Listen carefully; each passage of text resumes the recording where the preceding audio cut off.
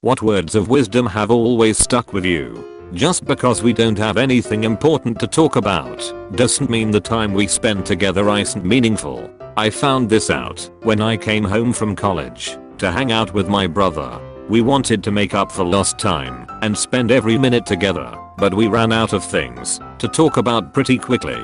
It turns out, walking down the street and catching Pokemon is just as fulfilling as having a deep conversation. All that matters was that we were spending time with one another. The grass is greener where you take care of it. Also, the grass is greenest right above the septic tank or something along those lines. The grass isn't greener on the other side, it's green where you water it.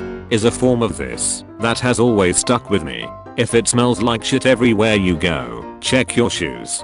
Failure is not the opposite of success, it's part of it. I've always liked the adage, the difference between a master and a novice is that the master has failed more times than the novice has even tried.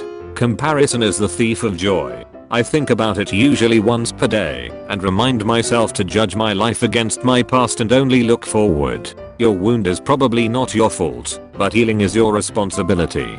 Passed on from my mother, from her shrink. My mother was having trouble finishing her dissertation for her PhD, so much so that went to get some therapy. After working in it for a while and resolving many other issues in her life, she found she still wasn't making progress on her dis and asked her therapist about it.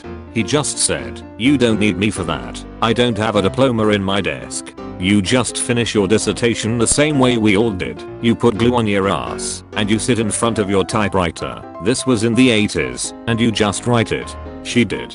Most of getting things done is not about having ideal conditions, inspiration, or even motivation. So stop waiting for all that.